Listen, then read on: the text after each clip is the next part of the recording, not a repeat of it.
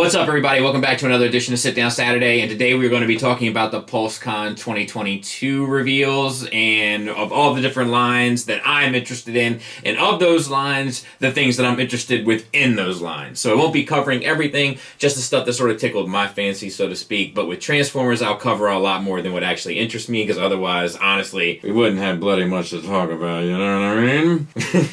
Just kidding, but, well, not really, but also, you know, just having good fun. Not much to do housekeeping-wise. The only thing I want to do is remind, I'm extending the pre-orders for the Megatron by 1 day. So you have one more day by the end of business today to get in your order. All you have to do is contact me at bobbyskullface@gmail.com to find out details on how to order, and I will get that information back onto you. But at the close of business today, when I fall asleep, and I'm getting old, so I go to sleep early, that's when the doors have kind of shut. Thanks to everybody that did order one. I've already had a bunch of them come in, so I should be getting them out very soon. So let's go ahead and talk about this Pulse Con. And real quick, I just want to say, I don't hate the way that they're doing this. I think it's interesting that they did a Hasbro Con, and I'm guessing it wasn't all that successful because they're like, you know what, let's just do it digitally. We'll stream it live. But I don't hate this, and I think it does create a lot of kind of fan excitement, and so I sort of welcome it, and I like that it takes place over the course of a number of days. It reminds me of similar to what DC did with DC Fandom, and I think that all that stuff is pretty clever. I dig it all. So let's go ahead and get into this. Once again, a reminder, we're not going to cover everything. We're just going to cover the kind of 4 lines that I have a general interest in, 3 of which I collect of Hasbro,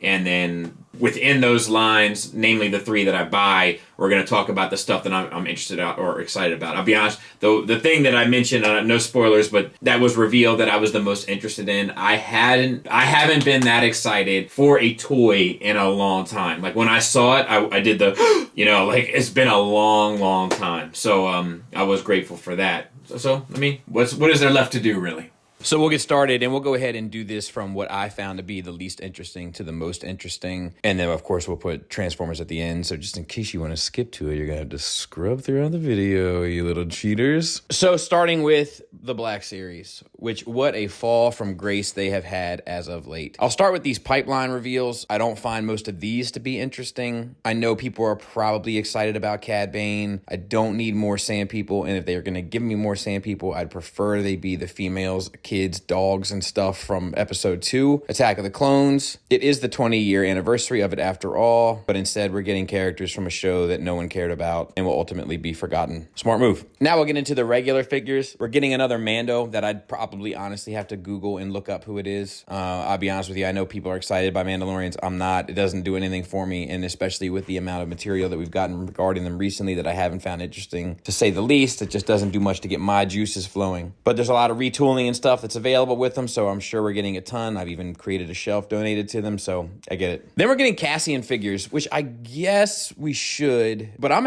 quite enjoying Cassian. I find it to be a breath of fresh air for Star Wars, but I'm not sure it's a show that lends itself to action figures a whole lot. That being said, they look good enough. I think the head sculpt on Cassian is a little off, but nonetheless, I think it looks good. You have to forgive me, I don't even know some of these characters' names, but we're getting the female character whose boyfriend snitched Andor out. We're getting Luthen. I think that's his name. I'll be honest with you, I'm not 100% on that either. But this one, I think, looks great. I think the knees will probably bother me, but I think it looks great. I'm just not sure it's a character that is like screaming for an action figure. And the fact that these aren't coming out till next year, it's like, I don't know. It's like, who is leading the show over there, man? Like, the show is out now. When have they ever done this before, where the show is out and then the figures come out like a year later? Like, I don't get it, man. And then we're getting a Mon Mothma, which I actually am excited about. I'll probably use her more so like in my episode 3 Senate display, but I'm pretty happy to get one nonetheless. I would love to get one from episode 6, to be honest with you. Like Return of the Jedi Mothma. Shout out to the Bothan spies. So many of them. RIP. Likes and shares, thoughts, and prayers. And then they showed, of course, the Wicket that's coming that I am kind of excited about, because they had the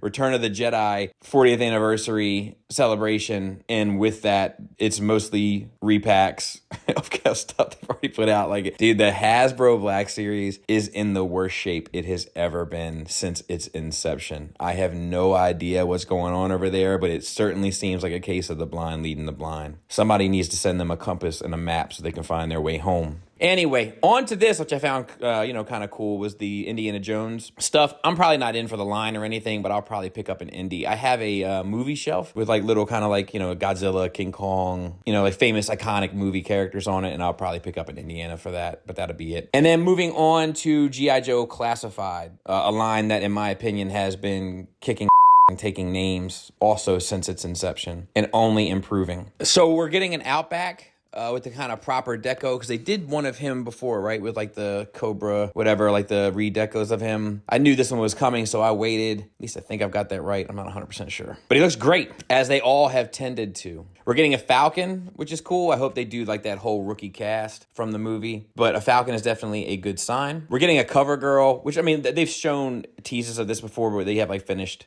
prototypes or whatever, probably factory releases even. And I think she looks great. It's kind of exciting. I never got the 3 3/4 one. She was kind of hard to get. And then, they had like, she's kind of been the female character of G.I. Joe that was mostly overlooked in my opinion. So it's nice to get one with like a proper kind of attention put to it. Then we have Rock and Roll as a tease that's coming. Looks good. And they've teased kind of gray sort of CAD files of this before. Bazooka, which looks, bloody perfect. They're kind of getting away from their interpretation of the characters and getting a little bit more toy accurate, which I have mixed feelings on. I mean, not toy accurate, but cartoon accurate, which I have mixed feelings on. But I know it's what the people want. I get it. And then we're getting a Torpedo, which once again looks the part. A Shipwreck that I love it. I love the head sculpt specifically. Like, I think it looks really, really good. And I love that it's like the hair piece is a swap out piece with the hat so that the hat sits properly. Like, really smart stuff that shows they care. I can see other details in the guns and stuff that I think are cool. They really are doing what they can for this line. I definitely, as a fan, appreciate it. And then only one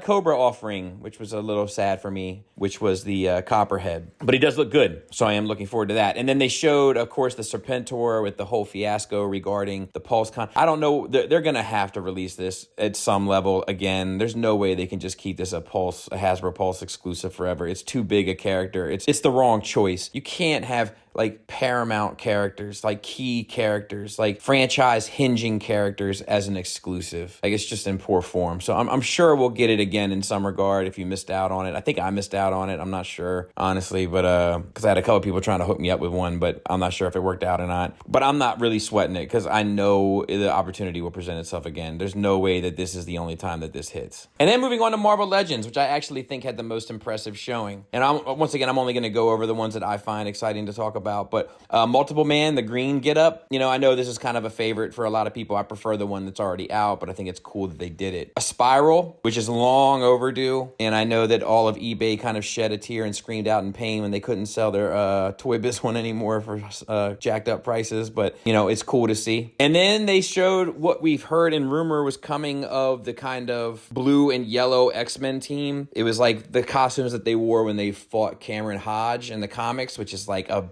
villain I'd love to see them tackle. I wonder if this will be a Build-A-Figure. I kind of doubt it, but I wonder. I hope so, but I'm super excited about both the Wolverine and the Storm, which I think are perfect. And then there's all sorts of rumors about other ones coming, and then one more, which we will talk about here in a bit. But I think she looks great. Then they have Long Shot. I played the long game on this because they had a Long Shot with the Mojo box set, but I like the Toy Biz Mojo, and I already had the Dazzler, so it just felt weird paying all that money for just a Long Shot. And it looks to be the exact same one, except you get an extra Merce with this Long Shot, and other than that, it seems to be pretty much the same. Maybe there's a little bit difference in the boots as well, but for the most part, it's pretty much exactly the same figure, so I couldn't be happier. It's definitely that 90s Jim Lee Long Shot, so no issue on my end. An Avalanche, once again, I think they had him in a box set with like Omega Supreme and Wolverine and not Omega Supreme, Omega Red and Wolverine and all that, and I waited on that as well, and I'm glad I did because I'm gonna definitely pick this guy up. They showed some stuff from the HasLab project, including a Mephisto. I'm hoping that if this thing doesn't get funded, that we'll at least get the figures, but I don't know. That Mephisto looks so perfect,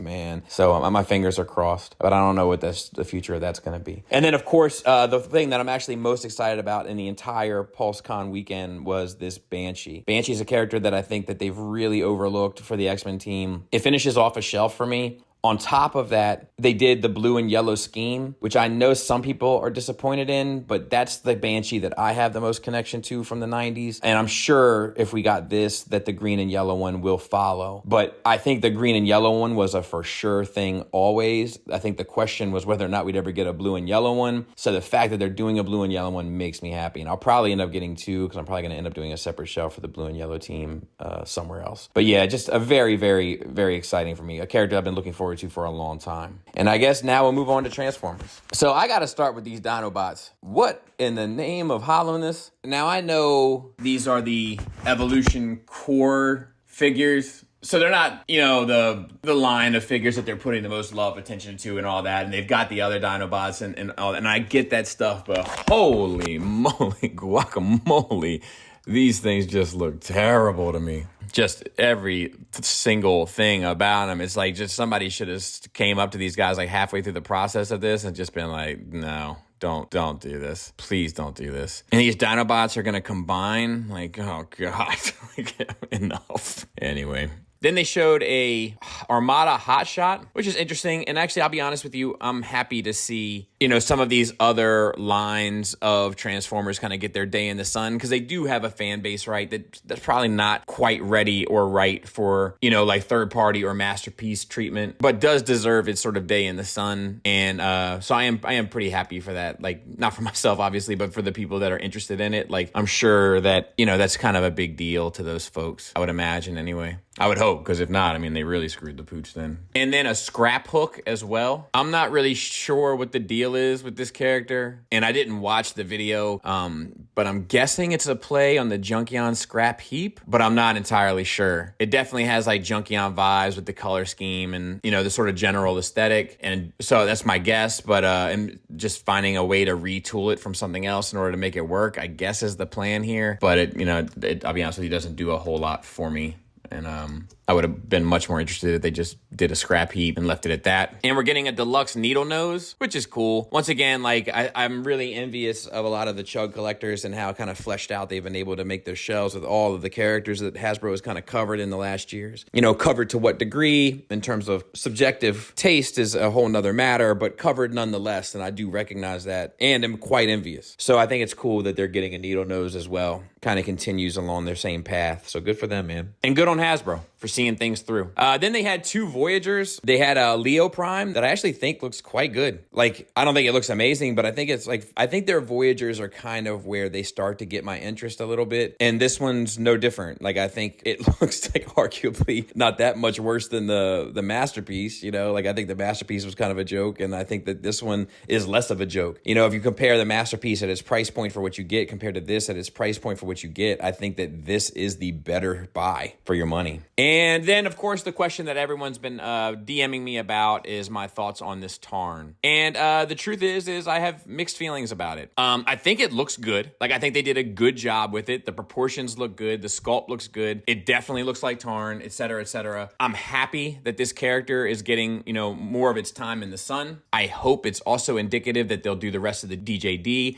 but I wouldn't bet on it. I think the tank mode looks good. Like, I think some real thought, love, and care went into this, and I'm happy for those that are interested in it. People have been asking me if I'm going to get it. Like, no. I don't really have any interest in Hasbro's mainline stuff. It's not for me. I enjoy looking at it because it kind of keeps me abreast of what they're up to and in terms of being able to have discussions about the franchise, but it doesn't really do anything for me. But I do think they did a good job. Like, objectively, I think they did a good job. Just subjectively, like, I have the MMC, I have the Iron Factory, and I have the Flame toys. Like, I don't think I need another Tarn, and certainly not at this caliber, which I think is good for what it is, but not in comparison to what I have, if that makes sense. And that's about it as far as stuff that interests me. I guess I should say the breakdown kind of interests me, only because I'm in for the line, but it's the Wild Rider, right? And I think that it's not great. Like, I don't think that the Wild Rider looks good. I don't think that this looks good. And I've seen pictures of it like fully combined now and finished. My first impressions were that it doesn't look great either. But, we'll see. I am in for those, so I'm anxious to see it. Like, hopefully at least the build will be good, because that will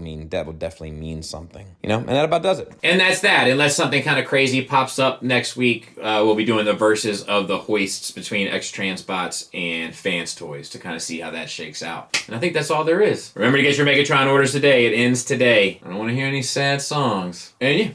I'll see you guys on Monday. Thanks for listening. Thanks for watching. Until next time, take care.